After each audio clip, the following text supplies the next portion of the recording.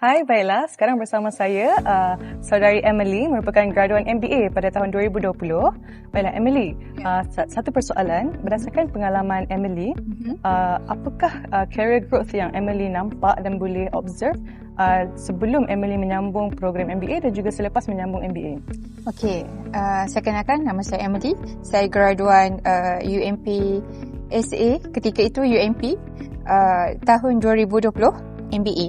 Okey, saya pertama sekalinya, saya dapat degree daripada University Sains Islam Malaysia, Management, Dakwah dan Management.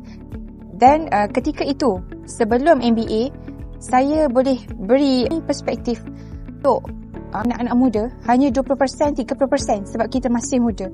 Akan tetapi silibus daripada MBA dan pendekatan yang UMP bagi kepada student masters itu sendiri, terutama MBA, dia membuka kita punya daya pemikiran, perspektif dalam industri, even kehidupan kita boleh, life growth lah, boleh sebut dalam 80-90%. So dia open-minded dalam isu semasa dan ajaran. Dia lebih luas.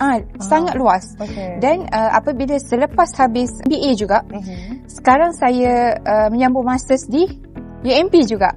Okey, disebabkan saya nampak UMP ni dia ada satu pendekatan yang lebih untuk naikkan student dia sendiri. Bila orang bercakap tentang MBA, bukan sahaja tentang industri, akan tetapi kita boleh diverse. Bermaksud dekat sini saya dulu MBA dan dia relate dengan engineering dan engineering industri juga. Akan tetapi sekarang saya daripada industri, saya melihat keadaan semasa yang berlaku dalam industri. Okey, dia more kepada current solution, iaitu saya buat sekarang industri dan medical area. Maksudnya kita gabungkan dan saya boleh belajar disebabkan perspektif yang terbuka. Kita boleh belajar di luar bidang teknologi dan engineering itu sendiri. Pelbagai bidang boleh cuba. Jadi MBA ini bukanlah sekadar satu industri, tapi dia kepelbagaian. Itu yang saya suka pada MBA di UMP dan UMP itu sendiri. Pada ketika ini, untuk sekarang ni, saya dah menyambung lagi di UMPSA, menyambung PhD, sebab kita nampak benda daripada MBA dan daripada industri, bukan satu industri sahaja, tapi kepelbagaian.